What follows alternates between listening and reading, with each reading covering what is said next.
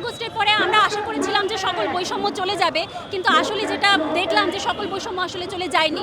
কারণ আপনি দেখেছেন বিভিন্ন জায়গায় বিভিন্ন রকমভাবে আন্দোলন হচ্ছে বা কি পিএসসির যে সংস্কার হয়নি এটা সাধারণত স্পষ্টত। কারণ যারা প্রশ্ন ফাঁস করেছে তাদেরও উল্লেখযোগ্য কোনো শাস্তি আমরা দেখতে পাইনি, যারা প্রশ্ন পেয়ে টিকেছে তাদেরকেও আমরা বের করতে দেখিনি।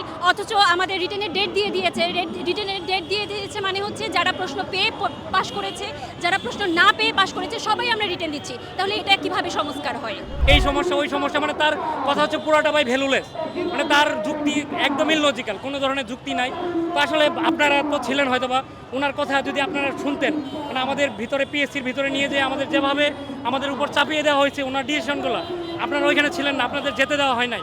তো আপনারা যদি শুনতেন ওইগুলো তাহলে আপনারা ভালোভাবে বুঝতে পারতেন যে উনি কতটা স্বৈরাচারী হয়েছে। আমরা দেখেন, আমরা জুলাই বিপ্লব করছি, হাসিনাও কিন্তু এতটা স্বৈরাচারী আমাদের সাথে দেখাতে পারে নাই। আমাদের 2 দিন মারা হইল, আমাদের সেনাবাহিনী দিয়ে 2 দিন পিটানো হয়েছে, যে জিনিসটা হাসিনা আমলেও আমাদেরকে মারা হয় নাই পিএসসির সামনে। তো কতটা স্বৈরাচারী হইলে এই আগস্ট মাস পরবর্তী যে জুলাই অভ্যুত্থান, এই অভ্যুত্থানের পরবর্তীতে আমাদের এই যারা বিসিএস ক্যান্ডিডেট ওদের মাইর খেতে হচ্ছে, বা এটা খুবই দুঃখজনক। দীর্ঘ প্রায় 1 মাস যাবৎ পিএসসি সংস্কারের যে 8 দফা, এটা ছিল টোটালি মানে ছাত্রবান্ধব। তো পিএসসি আসলে কি কারণে আমাদের 8 দফা যে মেনে নিচ্ছে না, এটা আসলে এখন আমাদের চোখের সামনে একদম পুরো ক্রিস্টাল ক্লিয়ার। মানে এখানে যে 8টা দফা দেওয়া হয়েছে সেটা একদম ইজি। এখন পিএসসি যদি ছাত্রবান্ধব হয় এবং ফেয়ার কোনো প্রতিষ্ঠান হয়, তাহলে এই 8 দফা মেনে নেওয়া কোনো বিষয়ই না।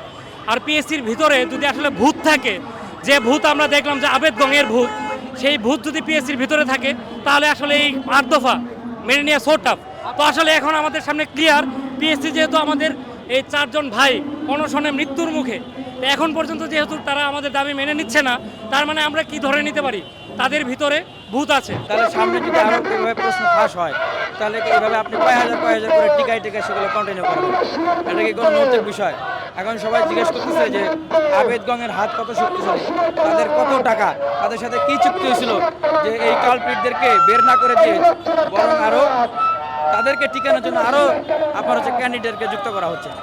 এখন শিক্ষার্থী বন্ধুদের প্রথম যে কথা, যে এই যে 46তম বিসিএস প্রশ্ন ফাঁস হয়েছে, এটার বিষয়ে একটা সিদ্ধান্ত যেটা শিক্ষার্থীদের পক্ষ থেকে প্রস্তাবনা দেওয়া হয়েছে, এই সিদ্ধান্ত না আসা পর্যন্ত যারা অনশনকারী তারা অনশন করবে। আমাদের মূলত 3 ভাই অনশন প্রথম থেকে শুরু করেছেন। তাদের অবস্থা বর্তমানে খুবই খারাপ, তাদের স্যালাইন চলছে, 2 জনের ডিসেন্ট্রি হয়ে গিয়েছে শুনলাম। আর তারা বিভিন্ন প্রতিষ্ঠানের, বুয়েটের 1 ভাই আছেন, ঢাবির 1 ভাই আছেন, রাবির 1 ভাই আছেন। তো তারা অনশন এখনো চালিয়ে যাচ্ছেন। তাদের তো দায়িত্ব ছিল যে শিক্ষার্থীরা আন্দোলন করার আগেই তাদের যে দাবিগুলো, সেই দাবিগুলো তারা অ্যাড্রেস করবে এবং মেনে নেবে, কিন্তু কই সেটা তো হয় নাই। শিক্ষার্থীদের উপরে সেনাবাহিনীতে লাঠিচার্জ করা হয়েছে, হাত পা ভেঙে দিয়েছে, শিক্ষার্থীদের রক্তাক্ত করেছে। শিক্ষার্থীরা বারবার স্মারকলিপি দিয়েছে, আলাপ আলোচনা করেছে। শিক্ষার্থীরা তো একটা যৌক্তিকভাবে শান্তিপূর্ণ উপায়ে একটা সমাধান আসতে চেয়েছিল, কিন্তু সেই শান্তিপূর্ণ উপায়তে গভর্নমেন্ট রাখে নাই। পরে না বাধ্য হয়ে শিক্ষার্থীদের অনশন এবং ব্লকেটের দিকে আসতে হচ্ছে। এটা খুবই দুঃখজনক। সরকারের উচিত আরও এই ব্যাপারে দায়িত্বশীল হওয়া, তা না হলে শিক্ষার্থীরা আওয়ামী লীগকে যেভাবে ছুঁড়ে ফেলে দিচ্ছে, এই ইন্টারিমকেও ছুঁড়ে ফেলে দিতে তাদের খুব সময় লাগবে।